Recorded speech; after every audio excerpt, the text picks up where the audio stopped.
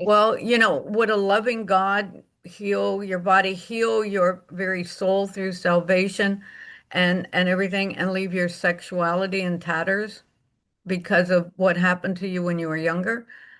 No, a good God wouldn't do that. What's up, truth seekers? You're listening to Damaged to Dangerous, where I bring my passion for pulling back the veil on a quote, pill for every pain, calling out what's broken in the medical industry, and exposing the lies about our food system. Let's walk in real healing to help those misdiagnosed, over medicated, and spiritually stuck get their lives back, body, mind, and spirit. Food is medicine. You're not broken. You've just been lied to. It's time to wake up, get free, and become dangerously whole.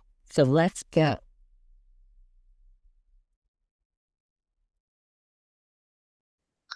Hi, I'm Lynn Eldredge, and welcome back to another episode of From Damaged to Dangerous, overcoming what tried to take you out. So I'm grateful and so honored to have Dr. Kathy Tolleson with us this morning. And we are going to be talking about one of her books, because she has several, and this one is Restoring Sexuality.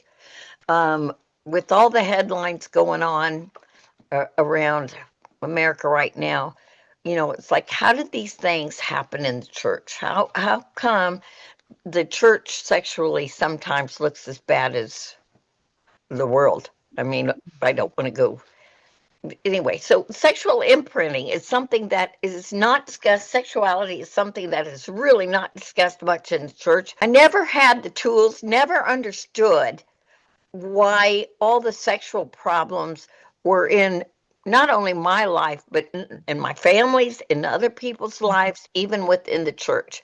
And we need to tear down those walls, get some understanding, and untie the ties that have been keeping the church bound. And let's get vocal about this stuff. So, welcome, Dr. Kathy. I appreciate it so much. This book, I hope this goes viral in the church because it needs to. So this book starts off talking about covenant, and Hmm. and would you explain how God created us? What does that mean, covenant, and why does it keep so many people breaking covenants they've made with their wives or etc.? Well, I always say, that we've got to work with God's designs. I'm going to be coming out with a new book pretty soon here called Working with God's Design, but we have to understand God's design, and when we don't work with it, that's when we have problems in our lives. And so I always say God designed us for covenant, a man and a woman coming together and in covenant, and that isn't just emotionally, it isn't just words we declare, but it is also our sexuality. And I always say that he would not, tell us as a husband and wife, you need to be faithful to each other all your days of your life, but he just make that so difficult that nobody could do it. He wants us to be faithful in the sexual arena, talks about adultery and sexual morality. Even in Leviticus, it goes back, Leviticus chapter 18 is all about not uncovering the nakedness of your father or mother or sister or brother, uncle, aunt, all of those things, because it can cause sexual imprinting, which we're going to be talking about. But so when God created our sexuality, he designed us with a mechanism some people call it imprinting, other people, may use different terminology, but it is where our first time sexual experience, and I'm not talking about just having sex, I'm talking about being introduced to something sexual or arousing. There is an imprinting that happens in our sexuality that makes us want to go back to that. There's a deep desire. Now, there also is imprinting to a certain degree that happens over time, certain over time, but a lot of times that first sexual imprinting is very hard to override. and especially if we're not aware of it. So part of the reason I ended up really having to explore this arena is because I'm a minister. I've been a minister, but I'm also a counselor. And so many times when you're dealing with people's issues, where it could be depression or eating disorder or anger or addiction or whatever, as you start bringing it and untangling it, you end up finding that there was some kind of sexual imprinting, sexual abuse that happened in their lives, and that is causing a lot of the problems, or areas of sexual addiction, porn addiction, masturbation addiction, all of those things.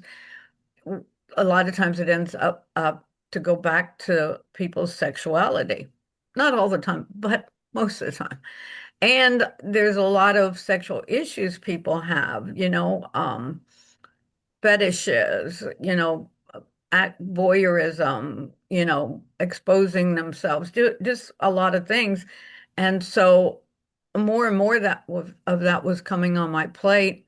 And so I really began to study things, but also really wanting to hear from God on what he had to say about it. And that's when I really began to pursue an understanding of sexual imprinting.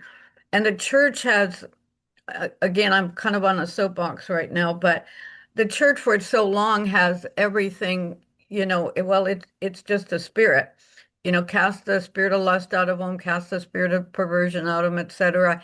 Everything's going to be okay.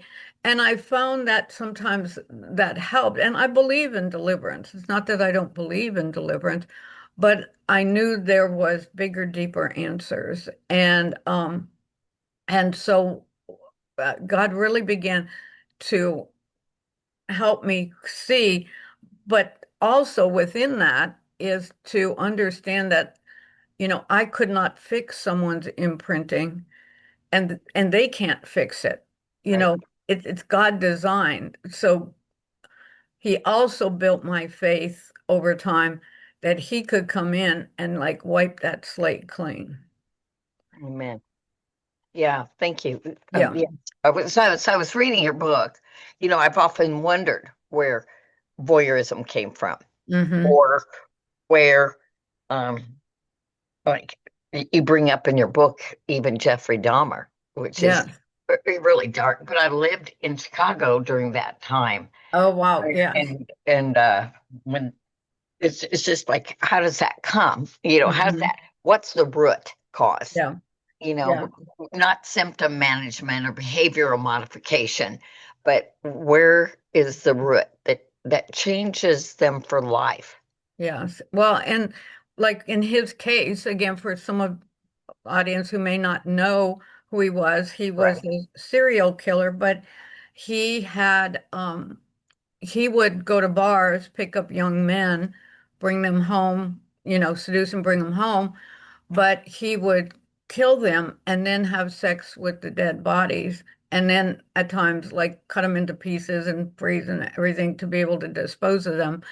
And he killed a number of young men in that Chicago area, was eventually arrested. But I've heard like a backstory of his life when he was about, I think it was about 13, 14. He was a loner.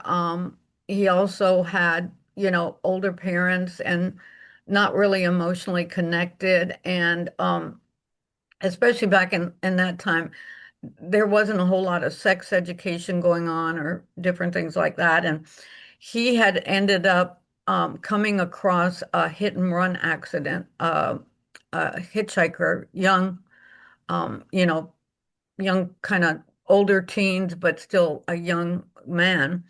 And he was dead, and he drugged the dead body home, and he experimented sexually with it, um, as that like 13, 14-year-old. And I always say that those things we're like, oh, you can't even understand it. The only thing that makes it understandable is sexual imprinting. Because did he want a live girl? No. Did he want a dead girl? Did he want a live man? No, he wanted a young dead body because that's what he was first imprinted with sexually. And that created the compulsion. Yes, and Oh, the really? power. And in all my year, I've been ministering and counseling a long time now. It's probably about 48 years. And so I have yet to find someone who had a sexual issue that there was not imprinting at the basics of it. Sure. When you unwind it, and it can be very strange and unusual things, but when you unwind it, you will find imprinting in that form. And it could be, you know, from things that they have seen, things that were done.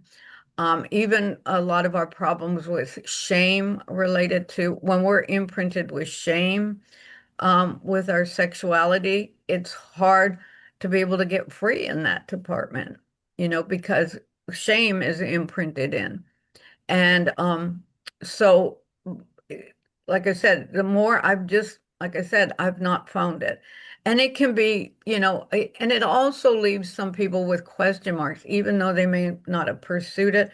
I've had women who, they had cousins, girl cousins or girlfriends, and they maybe practiced kissing. Maybe there was some touching or holding or different things. And did they fully pursue a homosexual lifestyle, a lesbian lifestyle? No, but they walk around with a question mark sometimes. Is that what I would really want? I know I'm supposed to have a husband and a family and all of that nice stuff, but there's a question mark. And the same thing for men. A lot of times when they've been exposed to different things, they have that question mark too. Like play doctor with kids in the Yes, neighborhood or exactly.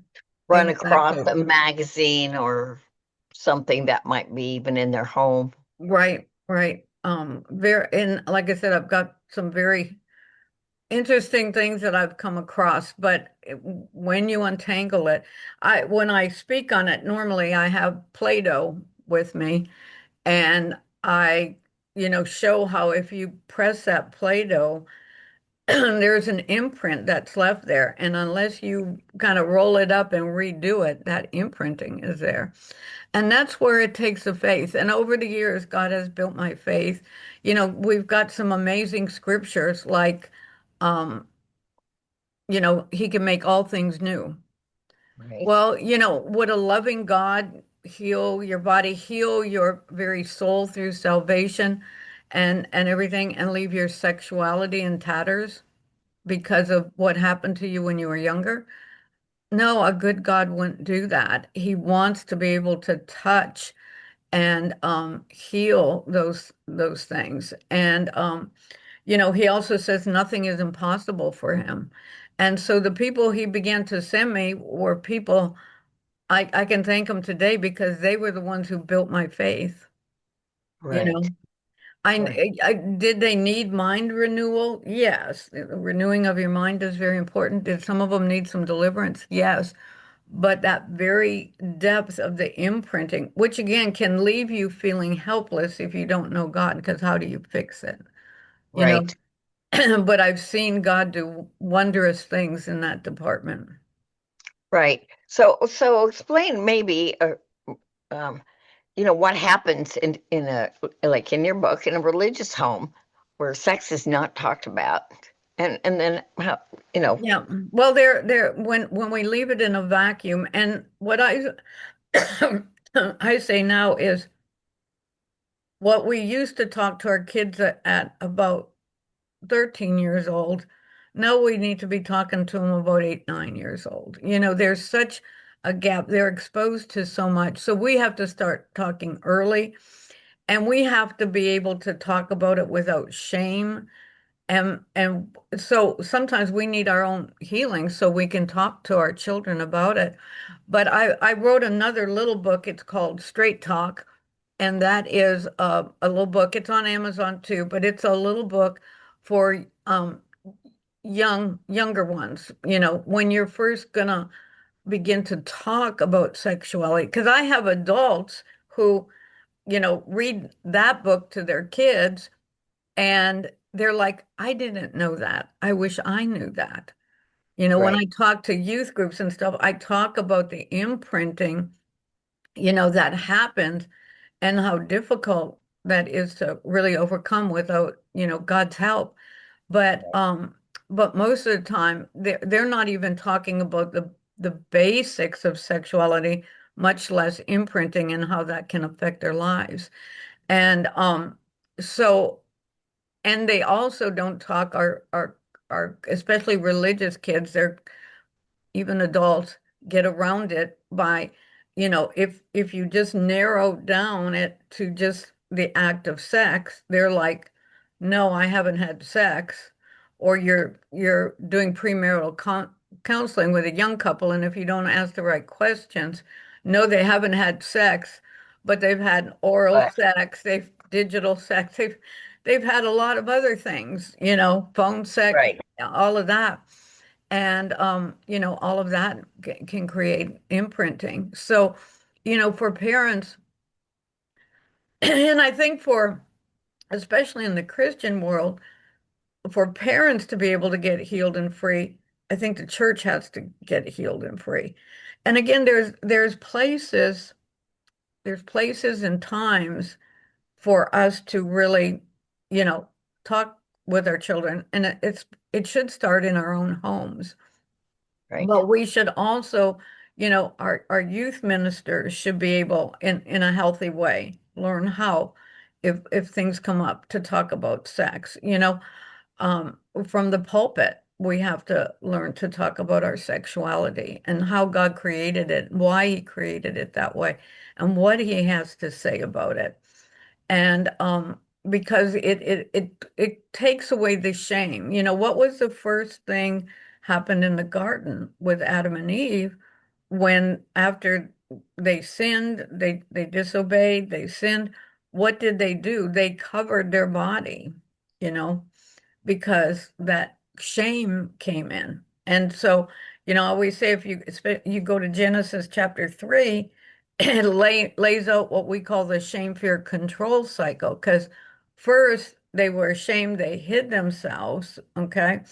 And and then it says that they were afraid, and they controlled it by first trying to hide from God, and then when He called them out, then they had their, fig leaves, or what kind of leaves they were, we're not sure, but they tried to cover themselves. And so a lot of times we cover our own shame, or the shame that we feel sexually, by just not having the conversation, by just not talking about it.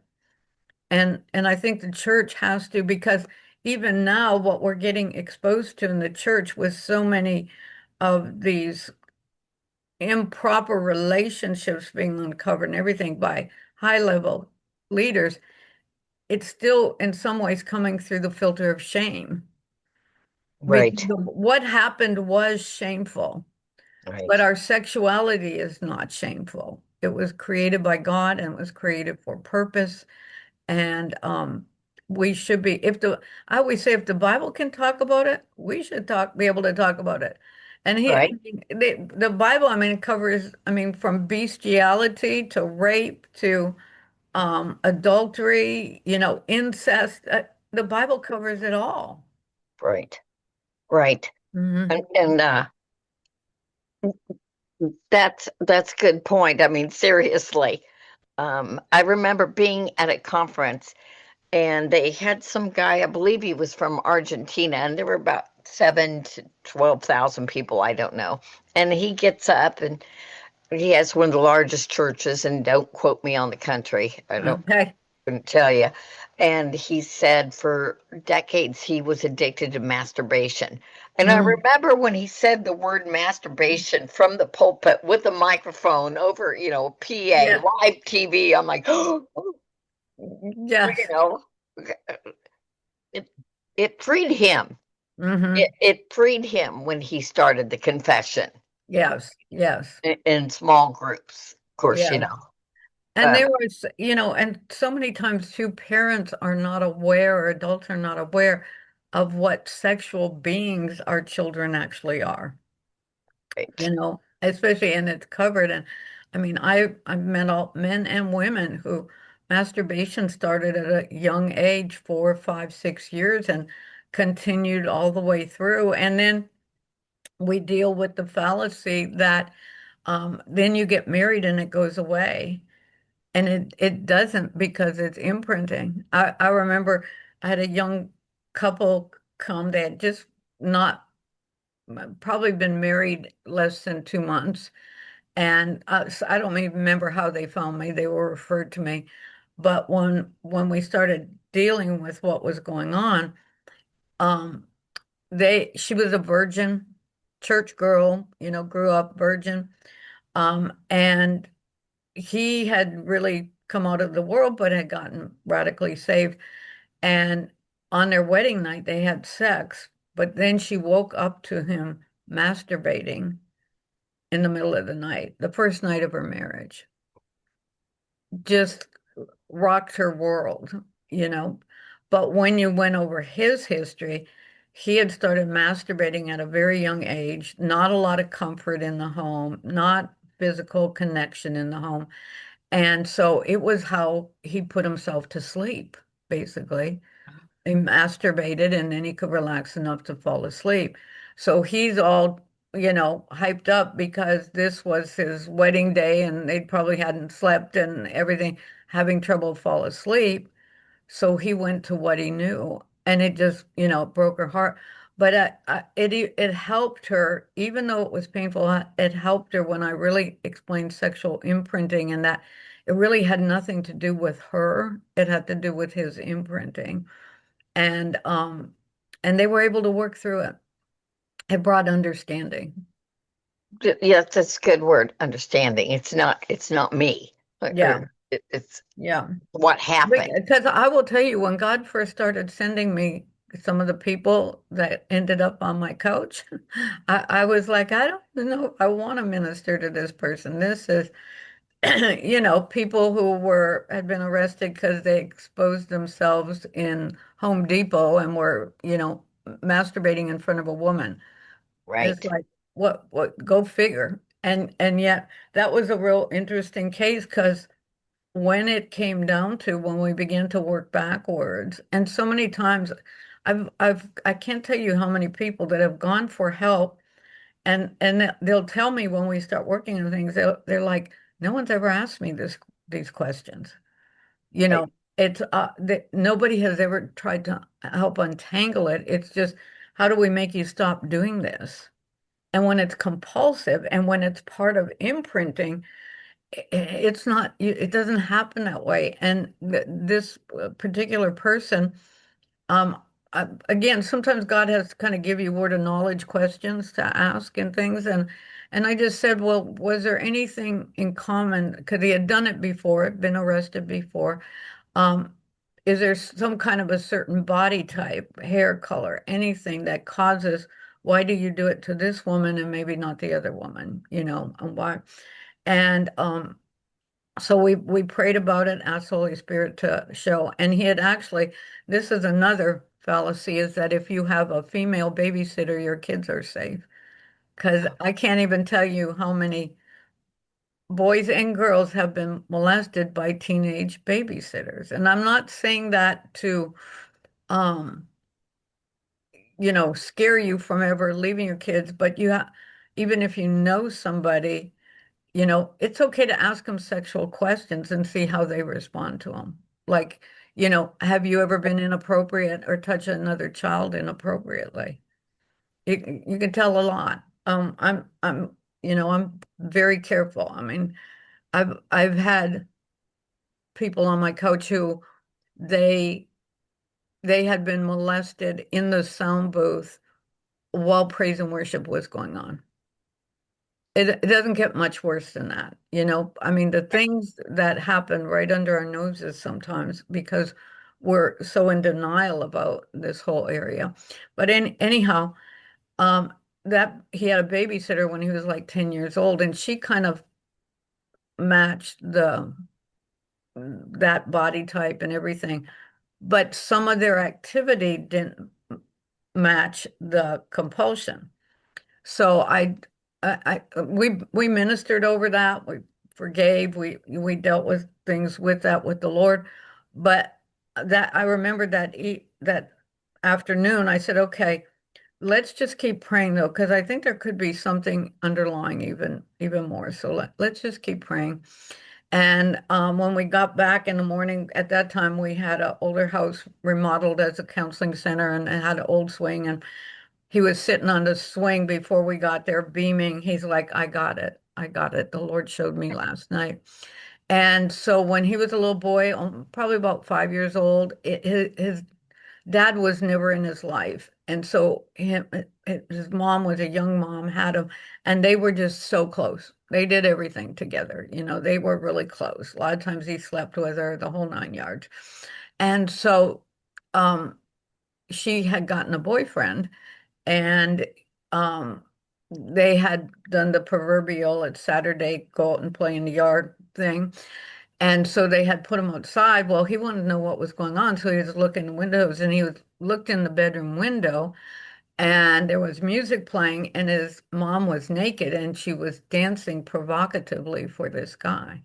Now he's just a little 5-year-old, but there was enough imprinting there of sexuality and him wanting to be in that place. Like, I want to be your man, you know? So what would he do if he saw a woman with that body type? There was a compulsion to masturbate, but also to show his manhood, to say, Mom, you don't need this other guy. Look at me. Wow. Wow. Yeah, you brought up somewhere in the book also about children sleeping with mom and dad and how Yes. that can be a problem. It can definitely be a problem, and I encourage, because a lot of times it can cause certain sexual imprints. Again, the whole modesty issue, but also I've seen it a lot with women when they have been in their parents' bed too long, they do not learn how to sleep alone. And they are the ones that will go out, they'll pick up somebody. I've had them tell me, yeah, I would go to a bar and pick up some guy because I just couldn't sleep alone. Right. I didn't know. So they would trade sex for a good night's sleep so they could sleep.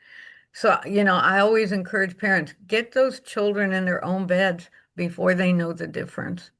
Right. They don't have a battle then. It's natural and normal then. And or showering together after they've gotten older or what. And I'm not talking old, I'm talking young. I mean, I have had, again, people coming and saying, yeah, I got imprinted with, you know bodies. I had a couple, and she kind of had dragged him to our office and was like, here, he's got a lust problem, fix it, and I'll be back after shopping and pick him up, cast the devil out of him. Well, when we really started going through examination and really asking all the questions and exploring, it wasn't, did lust get involved, but it was more of what I would call a breast fetish. But it wasn't even just normal breasts. It was large breasted women. And it's like, okay, so where did that come from? And we start untangling, untangling, untangling. And it actually lived in Florida before really a lot of places were air conditioned. And so summertime, it's hot. And mom has a new baby. He's 10. Mom has a new baby. And so she's a large-breasted woman who now has engorged breasts. But guess who doesn't cover herself? Guess who doesn't apply Leviticus 18 of don't uncover the nakedness of your mouth? She didn't. So she would walk around the house sometimes without anything on top, because she was going to end up needing to breastfeed in a little bit or whatever. And And it even was hot. while she was breastfeeding, she didn't cover herself at all.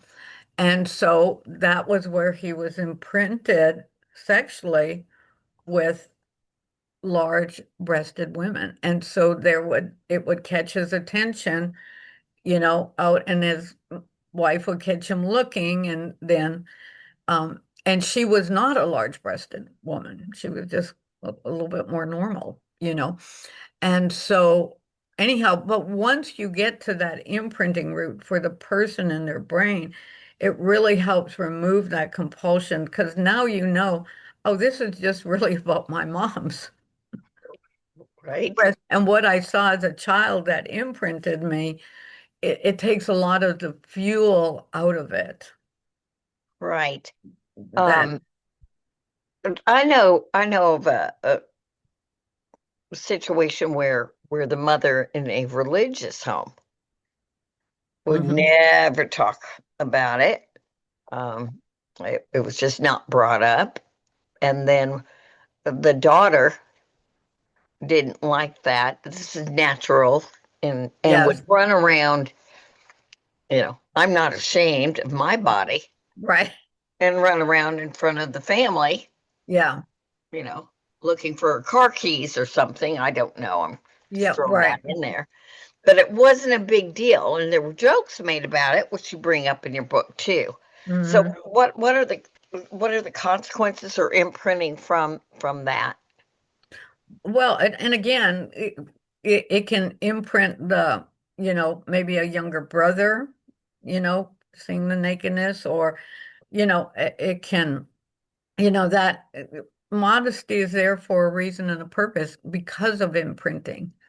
And so a lot of times, like I said, we think, okay, we're free because we don't have to have any modesty, but there is different imprinting that comes from that. And it can be unusual things. Like I had a woman, and she had the hardest time going and buying her husband. Like a lot of times he was really busy and he'd be like, I need new underwear, pick me up some new underwear. And it was just a whole experience where she didn't want it. She'd be angry, he asked him, blah, blah, blah.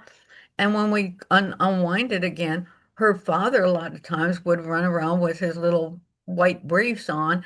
And sometimes even if she had friends over. So those white briefs brought shame, and so she didn't want to, it was subconscious, but she didn't want to have anything to do with them. And so, and even, a lot of times there can be really coarse joking in the home, or just inappropriate touching, dad spanking a girl who's now a teenager and patting their butt every time he sees them or something like that. It it it can cause shame, it can cause imprinting, and so it's really important, even how we joke about things, or and especially teasing, teasing a young woman who is now, her body's developing and making remarks on it, making her self-conscious. It can affect a lot. Yeah, is that where something like an eating disorder might develop, or An eating disorder can develop from that, because they they start feeling shame because their body's being noticed, so they don't want their body noticed. So the more they can keep it where they don't have enough weight to develop breasts or develop hips or whatever. And it can also come from moms who've had eating problems, and so they're like, they don't want their child to deal with being overweight, so they start really young. You got to watch what you're eating, and should you be eating that, and you really shouldn't eat this or that. And so they just become over conscious of it. yeah, eating disorders runs in my family for multiple generations before me, and Really? then Okay. to me. And the mantra in the house was do not eat that. It'll make you fat and ugly. Oh, wow. Fat and ugly. Fat Okay. and ugly. And I read somewhere once where it has some affiliation with the poverty spirit. And Mm, I don't understand it, but I heard my grandmother mm-hmm. just horrifically criticizing another one of her daughters, my Yeah. aunt, about how fat and ugly her arms were. Yeah. And Yeah. they lived through the Great Depression. Yeah. I don't quite understand the mentality, but it was there. Yeah. Well, and a lot of times poverty can be, we don't have enough food, so we're going to shame you for the food you are eating, Okay. so you don't eat as much. And then sometimes it's all about the prize of, you've got to be, a certain weight, figure, beauty, because to get out of poverty, you got to catch the right man. And if you're going to catch the right man, you can't do it if you're too fat. Right. Was, you know, so Right. both of those different things can come out of the poverty. Interesting. Yeah. Yeah. Yeah. Uh, it's quite a interesting story in my family. I probably shouldn't go there now, but I had one of the sisters in the family was morbidly obese back before people were heavy. Uh-huh. And the other one, can't get skinny enough to this day. It's all that's the identity. Right. And Interesting. I'm not going to be that.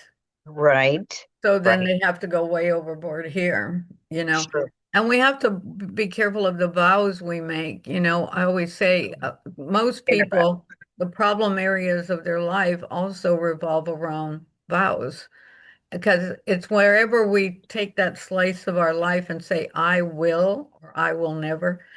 Satan in heaven said, I will ascend my throne. That we take that portion out of God's hands and then we do it in judgment of someone. And then it's a double whammy because by whatever measure we judge, we will be judged. So I'll never be fat like my mom or my sister, or, I'll never get divorced like my parents did, or whatever it is. That usually ends up in a problem area. And we can say by the grace of God, I want to stay healthy and fit. That's okay. Right. But I Right. will never, it just opens up for problems in our life. And we've got to release those portions of our life back to the Lord because He honors our will. He gave us free will and He'll honor it. But it also, most of the time, we did it in judgment of someone else. And when it's a parent, there's Mm. dishonor there too. Yes, so it's a double whammy. Yes, it is. I don't Yes, know any other way to put it. right. That's the word I always use. Yes, I wrote a book called Perceptions on that. So yes, I know I'm the poster child for don't do it. Don't do it. yes, yes. So anyway, um, so well, we've got about 10, 15 minutes left. Hmm. What is, we are seeing rampant sexual dysfunction, and it's just like crazy, even in the church. So what are the keys to getting freedom? What is the antidote? What Yeah. how I know you Well, bring like, a lot up in your book. right. Well, I think, like I said, part of it is comfortability, especially in the church community and, our our families, comfortability about talking about sex and at begin at a young enough age. You don't have to give them the whole load at one time, but begin to, it starts with, hey, there are private parts of your body that nobody has a right to touch, or and they stay covered because there are private special parts. And talking with kids, and that alone can have them come to you and say, mommy, that babysitter, she tried to touch my private parts, or a friend at school tried to look at me, or whatever, where those things can be nipped in the bud because there was communication about it. And Um, I'd like to add there, I'm sorry to interrupt, but yeah, no, it's give, fine. give them permission to say no to an adult. Yes, yes. Give them Uh, permission. No is a good word. Yeah. Yes, I remember I had my little granddaughter. She was 2 years old at the time, and it's about two and a half. And there was a guy in the church. I know he wasn't. He would always kind of joke with her, and sometimes but it wasn't like he was inappropriate, and I knew that. But she walked in one day. She had spent the night with me, and we had come into church. He was in the foyer, and he was like, "Jordan, come here. How are you doing? Give me a hug."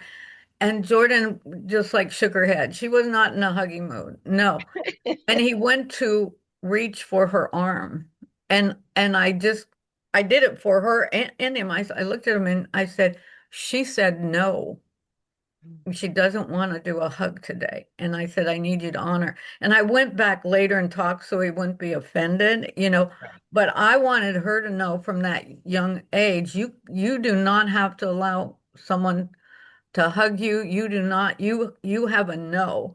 And I mean, because of all the stories I've heard, and I worked hard on not to do it in a way that could traumatize my own grandkids, and I had permission from their moms. But I mean, I remember going through in a car rides and talking to them about, if anybody who you do not know ever says, here, I need you to come here, or I'm going to bring you to your mom, or anything like that, you absolutely do not go. And if they try to reach for you and grab, you run as fast as you can. If anybody ever gets a hold of you, you want to kick as hard as you can and pull away. And I Great. would teach them, and and again, I didn't do this every Sunday, but I did it, and then sometimes in the car ride I would say, okay, and if someone ever did that, if someone ever tried to grab you, what do you yell?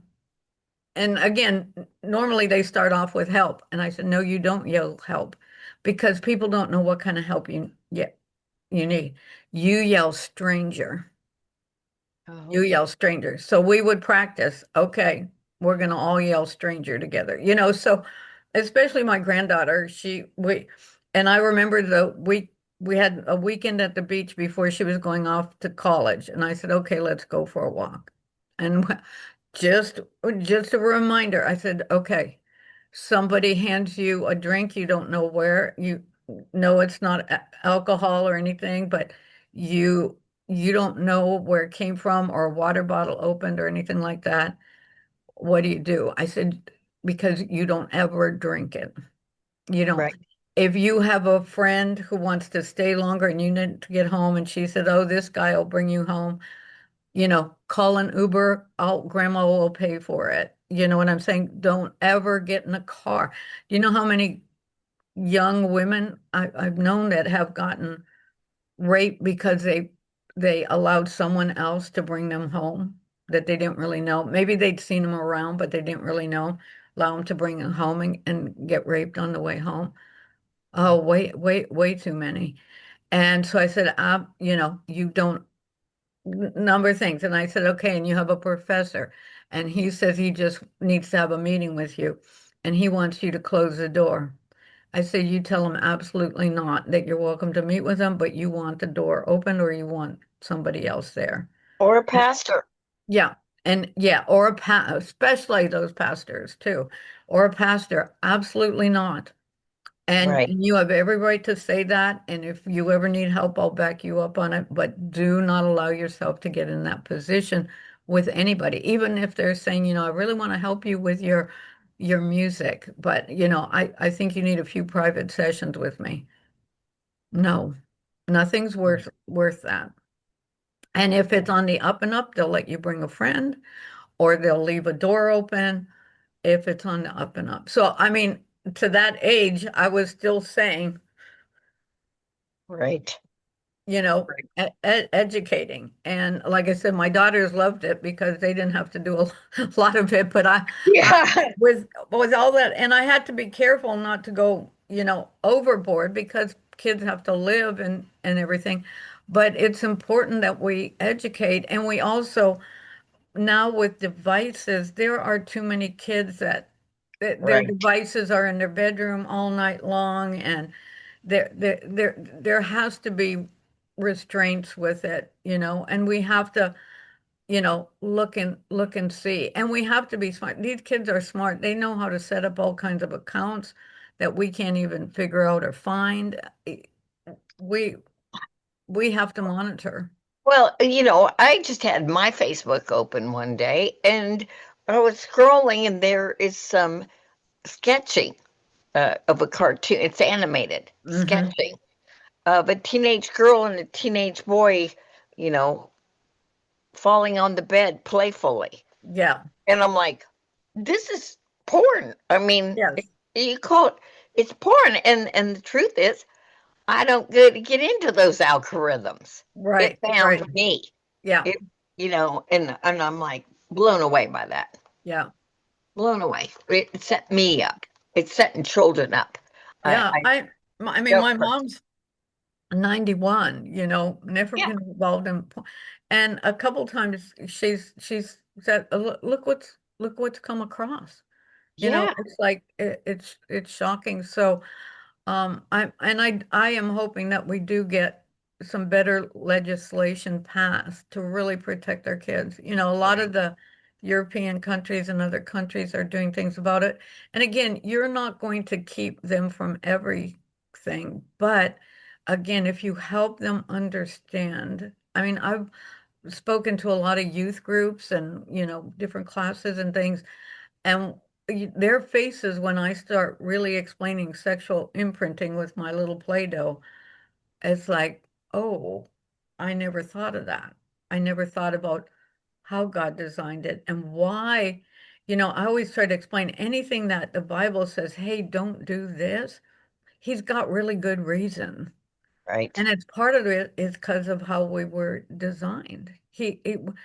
How he designed this, even from the chemicals that are released, like at orgasm, of oxytocin and dopamine. And the oxytocin is the trust and bonding chemical that it's the same with a nursing mom and a baby is released because that baby has to trust and bond. I always tell fathers because sometimes they want, well, I'll hold them when they get bigger.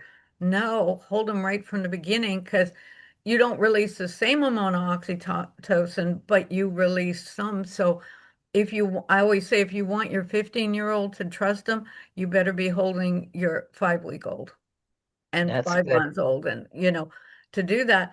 But with that, in the same thing, I when one of the examples I use related to oxytocin is you've got a woman and she's been in a relationship, sexual relationship.